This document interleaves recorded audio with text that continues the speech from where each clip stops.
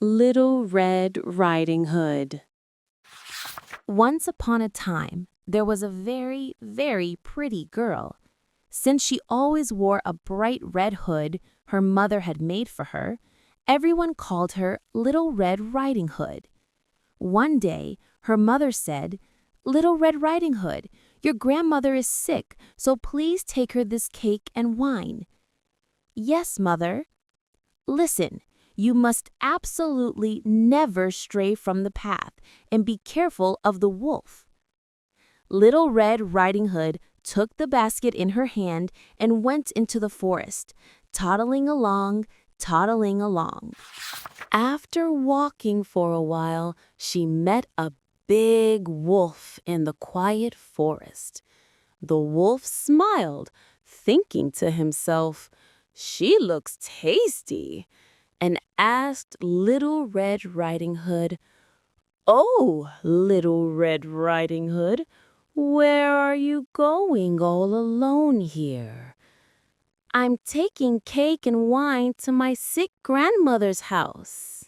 In that case, look, there are so many beautiful flowers blooming all around.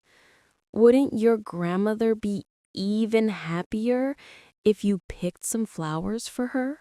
Little Red Riding Hood thought, "Oh, what beautiful flowers! Yes, I'll take her some flowers too." Completely forgetting her promise to her mother, Little Red Riding Hood went deeper and deeper into the forest, absorbed in picking flowers. In the meantime, the wolf dashed away and got to the grandmother's house first. Then he knocked on the door. Knock, knock, knock. "Who is it?" asked the grandmother. The wolf imitated her voice gently and said, "It's Little Red Riding Hood. I've come to visit you." "Oh, is that so? The lock is open, so just come in." As soon as the wolf opened the door, he gobbled and swallowed the grandmother whole in one bite.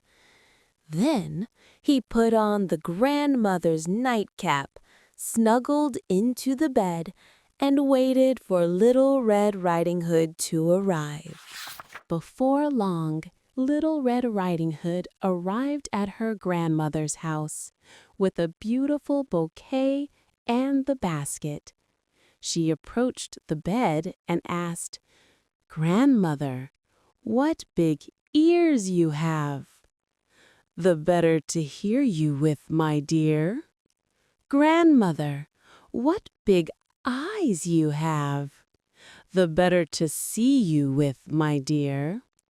"Grandmother, what a big mouth you have."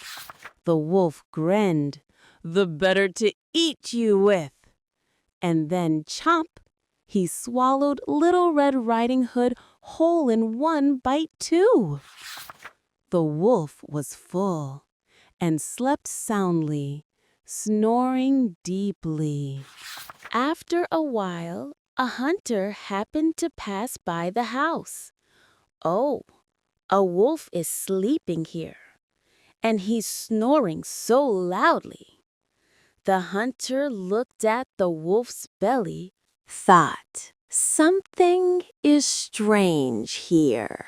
He brought a large pair of scissors and very, very quietly cut open the wolf's belly.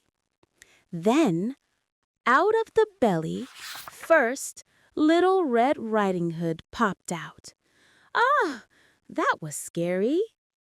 And then the grandmother leaped out too. After the hunter helped Little Red Riding Hood and the grandmother out, he filled the wolf's belly with heavy stones instead and sewed it up. The wolf woke up, felt heavy in the stomach and staggered to the river to drink some water. However, the stones in his belly were too heavy, so he fell into the river with a splash and was washed away. And so, Little Red Riding Hood and her grandmother were saved. They thanked the hunter and lived happily ever after. Little Red Riding Hood is said to have vowed in her heart, "I will never again break my promise to my mother and stray from the path." The end.